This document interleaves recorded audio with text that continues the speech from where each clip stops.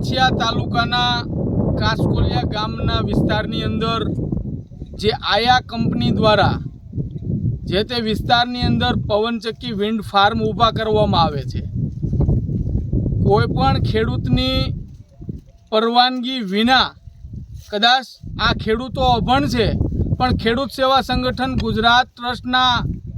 ઓફિસે આ લોકો જ્યારે ફરિયાદ લઈને આવ્યા ત્યારે આ તમામ લોકોને અને ખેડૂતોને પણ જાગૃત કરી છે કે ખેડૂતની મરજી વગર કોઈ પણ પ્રકારની પાઇપલાઇન, કોઈ પણ પ્રકારના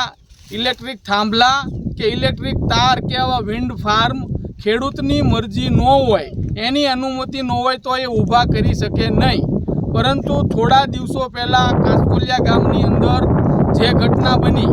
જે આયા કંપની દ્વારા પવનચક્કી ઊભી કરવામાં આવે છે, એના તાર બાંધવામાં આવે છે અને એક ખેડૂત પરિવાર ઉપર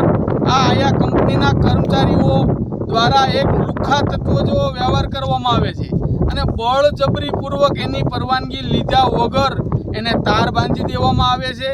અને એની કોઈ પણ અનુમતિ લેવામાં આવતી નથી. આ ઘટનાની અંદર ચોક્કસ એવો વિડીયોની અંદર સંપૂર્ણ ઘટના બતાવે છે કે અનેક ભાઈઓ સાથે મારકૂટ કરી એક બહેનને હાથની અંદર ફ્રેક્ચર થઈ ગયું.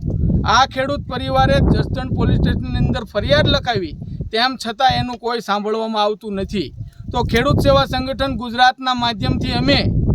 જે પણ કંપની હોય, દાખલા તરીકે ખેડૂતની પરવાનગી વિના પાઇપલાઇન નાખતા હોય કે પછી આવા વિન્ડ ફાર્મ, આવા પવનચક્કી ઊભા કરી અને તાર બાંધતા હોય, જો ખેડૂતની મરજી ન હોય, ખેડૂતની અનુમતિ ન હોય અને બળજબરીપૂર્વક ખેડૂતોને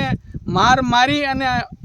આ નો છૂટકે તાર બાંધવામાં આવશે કે પાઇપલાઇન બિછાવવામાં આવશે તો ખેડૂત સેવા સંગઠન ગુજરાત ચૂપ નહીં બેસે. કારણ કે આ ખેડૂત અભણ છે પણ આ સંસ્થા અભણ નથી. આ લોકોને અમે વિડીયો જોઈ અમને ખૂબ દુઃખ લાગ્યું કે આજે ખેડૂત, એક તો આ ખેડૂત થકી જ આખો દેશ ચાલતો હોય, જય જવાન જય કિસાનનો નારો લાગતો હોય, ખેડૂત ભરણ પોષણ કરતો હોય, પણ આવા લોકો દ્વારા ખેડૂતોને ફસાવવામાં આવે છે. કોઈ પણ પ્રકારનું વળતર આપ્યા વગર આની વાડી ઉપરથી તાર પસાર કરી દેવામાં આવે છે. એ તારનું મોટું નુકસાન થાય છે. એને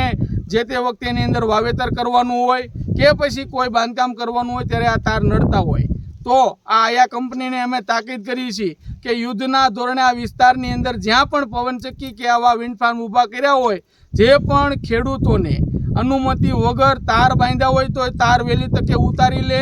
અન્યથા અમે